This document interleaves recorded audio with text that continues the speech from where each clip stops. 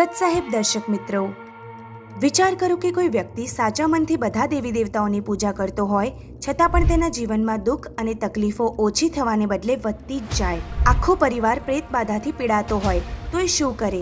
કંઈક આવી જ કહાની છે ગુજરાતના બનાસકાંઠા જિલ્લામાં રહેતા નાઈ સવજીભાઈની. સવજીભાઈ હિન્દુ ધર્મમાં પ્રચલિત સૌ દેવી દેવતાઓની ભક્તિ ખૂબ શ્રદ્ધાથી કરતા હતા, પરંતુ તેમ છતાં તેમના પરિવારમાં ખાસ કરીને તેમની બહેનોને ભૂત પ્રેતની મોટી બાધા હતી, જેનાથી છુટકારો મેળવવા માટે તેમણે લગભગ 70 થી 80 ભુવા અને તાંત્રિકો પાછળ 5 વર્ષમાં લાખો રૂપિયા ખર્ચી નાખ્યા હતા. છતાં પણ તેનાથી તેમને કોઈ જ ફાયદો થયો નહીં.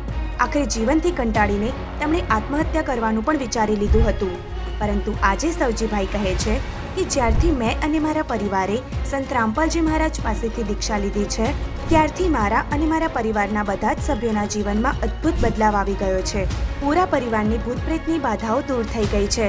દર્શક મિત્રો, આ સંત રામપાલજી મહારાજે સવજીભાઈને એવું તે કેવો જાદુઈ મંત્ર આપ્યો છે કે જેના કારણે તેમને શારીરિક, માનસિક અને આર્થિક સર્વ સુખો મળવા લાગ્યા. આ પરિવર્તન પાછળનું સત્ય શું છે તે જાણવા માટે ચાલો આપણે સાંભળીએ સવજીભાઈની પૂરી કહાની તેમના જ શબ્દોમાં.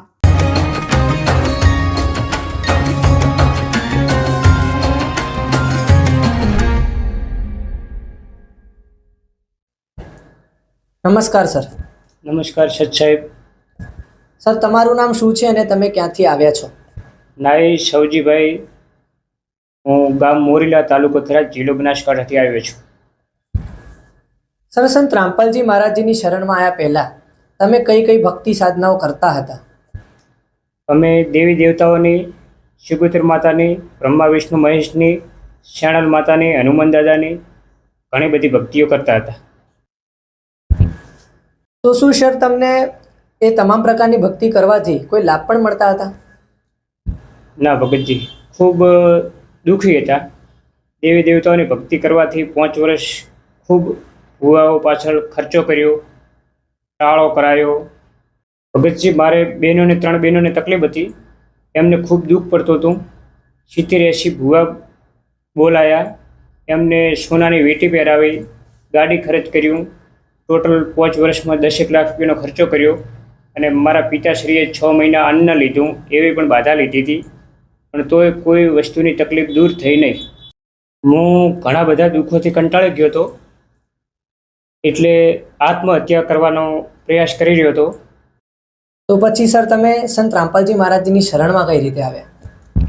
અમારા ગામમાં એક 2012ના ભગત હતા, કરશનભાઈ દેસાઈ.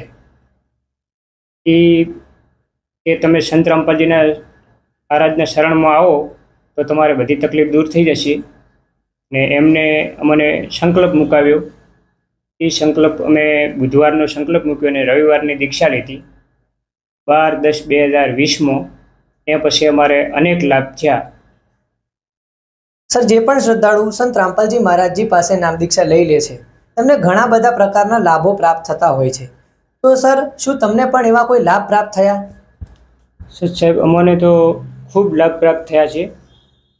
ઘરનું થરાદની અંદર મકાન, ટ્રેક્ટર, ટોલું અને ખૂબ અઢળક અતિશય લાભ પ્રાપ્ત થયા છે સંત રામપાલજી મહારાજના શરણમાં આવવાથી.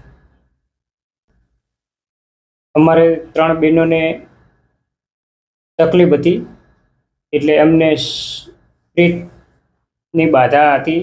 અને 2 અમારે નાના ભાઈને ને મારે ઘરથી 2 જણાને તકલીફ હતી.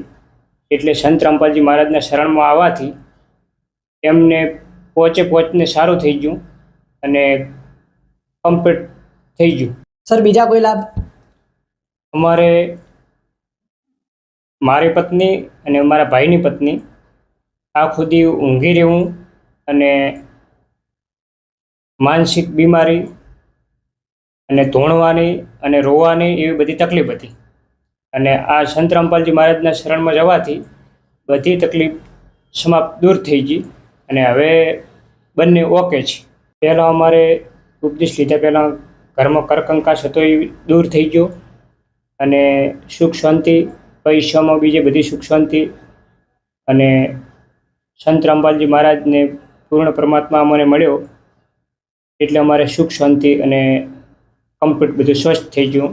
અમારું શરીર સ્વસ્થ અને પરમાત્માના શરણમાં જવાથી અમારો આખો પરિવાર સુખી ને સંતોષ.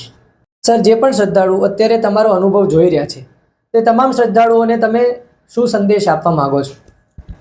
અમે શ્રદ્ધાળુઓને એવું કહેવા માંગુ છું કે તમે જ્ઞાન ગંગા પુસ્તક વાંચો અને અમારા દુઃખ દૂર થયા છે. તમે પુસ્તક પૂરેપૂરું વાંચો અને